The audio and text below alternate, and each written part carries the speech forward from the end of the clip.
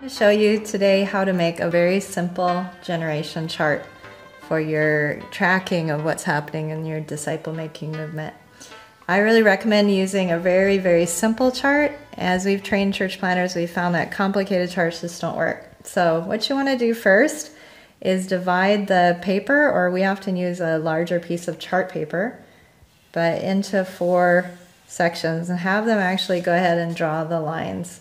So you draw your 4 lines, and that'll get you started. And then you want to, right at the top, this is the part where you draw a circle, and this is your original team.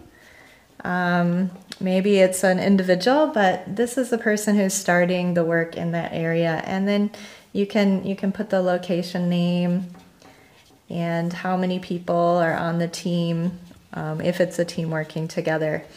And then the churches or the groups that this team start is what we actually call the 1G or first generation growth. So you can go ahead and write 1G, 2G, 3G on there as you get ready to prepare your chart.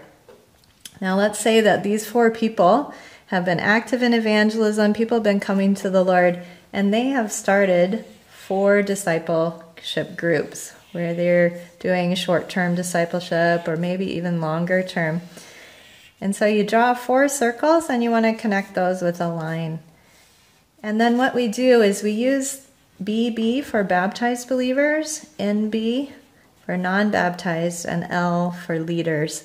So in each of these circles, you're going to write the place name, have them write, and then how many baptized believers, how many non-baptized, and how many leaders or elders. So maybe in this first place, it's 5 baptized, 2 new believers who are planning to be baptized soon, and 1 person who's a leader.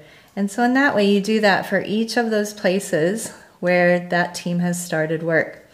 Now, when this place, this discipleship group starts to reproduce, that means that these 5 people or these 7 people are starting to share the gospel, and they're now going and starting new groups and new locations. Those are what we call second generation churches or second generation groups.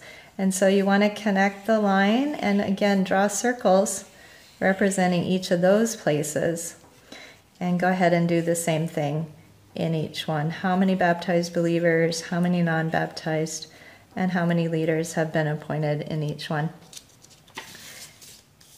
Now, as you go through that and you complete it, you're going to get a pretty good picture as to what's happening.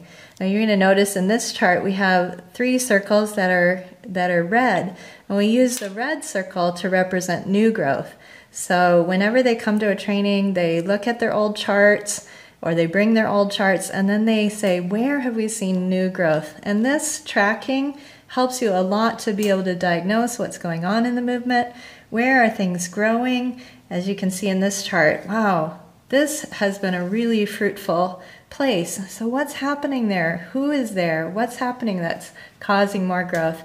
And as you do that, there's a lot of learning that takes place in the training, and we've just found this to be a very, very helpful tool in helping church planners to move forward, set goals, and visualize what's happening in their movements.